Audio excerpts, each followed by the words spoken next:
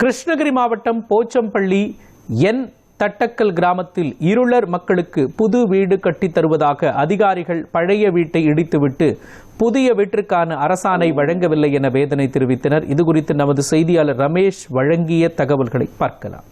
கிருஷ்ணகிரி மாவட்டம் போச்சம்பள்ளி அடுத்த என் தட்டக்கல் கிராமத்தில் 20க்கும் மேற்பட்ட இருளர் இன குடும்பங்கள் 50க்கும் மேற்பட்டோர் வசித்து வராங்க.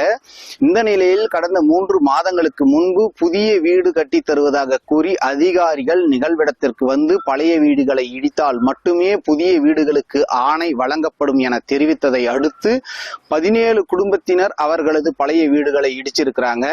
அப்போது உடனடியாக கடகால் பணிகள் மட்டுமே செய்து முடிந்த நிலையில் கடந்த 3 மாத காலமாக எந்த பணிகளையும் செய்யாமல் இருந்து வருவதால் மழை பனி மற்றும் கடும் குளிரில் குடும்பத்துடன் அவதி அடைந்து வருவதாக இருளர் இன மக்கள் வேதனை தெரிவித்த காட்சிகளை தற்போது பார்க்கலாம். 3 மாசத்துக்கு முன்னாடி ஒர்க்காரங்க கொடுத்து ஊர் இடிக்க சொன்னாங்க. இடிச்சிட்டு கடங்கால போட்டாச்சு. ஒவ்வொரு குடும்பத்துல 3 குடும்பம் இருக்குங்க.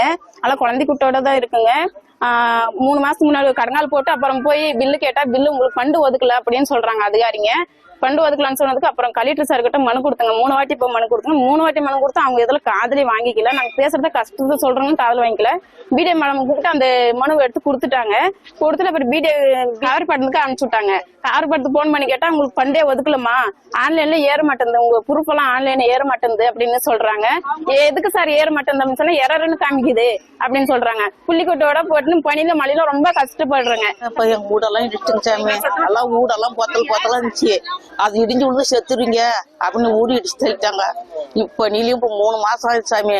அல்லன்னு இப்ப நீலிங்க பெகிலி சாகர மரத்துல என்ன சொல்றாங்க என்ன நடவடிக்கை எடுக்கல. ஊடி இடிக்கிற வரைக்கும் வந்தாங்க. இடிச்சிட்டு திரும்பி ஒருத்தரும் வரல சாமி.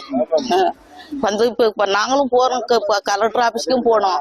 வருதுன்னு தான் சொல்றாங்க. ஒன்னும் வந்த பாடம் இல்ல சாமி. இந்த மாதிரி அவங்க வீட்டுல எல்லாம் கீழே விழுந்து பணி இருக்கிறாங்க சார். இந்த பசங்க 4 நாள் செத்து கூட போயிடும். இப்படிதாங்கிறாங்க. எல்லாம் யாரும் வந்து கண்டுக்க மாட்டேன்றாங்க. இது ஒரு 2 மாசம் ஆகி போய் சூடிடுச்சு. அவங்க ரொம்ப கிளம்பிருக்கிறாங்க. சோறு கூட இல்லாதெல்லாம் அங்கங்க போயிட்டு அந்த ஆறுமுள் படுக்கிறாங்க. அங்கங்க இருக்கிறாங்க சார். அவ்வளவுதான் சார். அவங்களுக்கு ஒரு டெப் எடுத்து நீங்க வேலை செய்யணும். 14 வீட்டுக்காரர் இப்படிதான் அங்கங்க மலையில தங்கிக்கிறாங்க. அங்கங்க இருக்கிறாங்க. எங்க கிராமத்துல வந்து மலைவாழ் மக்கள் எல்லாம் வசிக்கிறாங்க. அவங்க வந்து வீடு இல்லைன்னு வீடு இருந்துச்சு. இருந்த வீடும் வீடு வந்திருக்கு அப்படின்னு சொல்லிட்டு இடிச்சிட்டாங்க. எல்லா வீடுமே 17 வீடு இருந்துச்சு. எல்லா வீடுமே இடிச்சிட்டாங்க. குழந்தைங்க எல்லாமே வெளியதாங்கிறாங்க. வெளியதான் படுத்துங்கிறாங்க பனியில. பாருங்க சாலை எல்லாமே அங்கதான் இருக்கு. போட்டோ வேணா புடிச்சுக்கோங்க. எல்லா வீடுமே அப்படிதான் இருக்கு. கீழே தான் படுத்துங்கிறாங்க. பெட்ஷீட்ல போத்திக்கிறதுக்கு துணி இல்ல அவங்க போட்டுக்கிறதுக்கு. எல்லாமே அழுக்கழுக்கா அப்படியே தாங்கிறாங்க. எவ்வளவு பசங்க இருக்கிறாங்க? ஒரு 20 பிள்ளைங்க இருப்பாங்க. பிள்ளைங்க மட்டுமே. பெரியவங்க ஒரு 50-60 பேர் பக்கங்கிறாங்க. வீடு 17 வீட்டுக்காரர் மொத்தம்.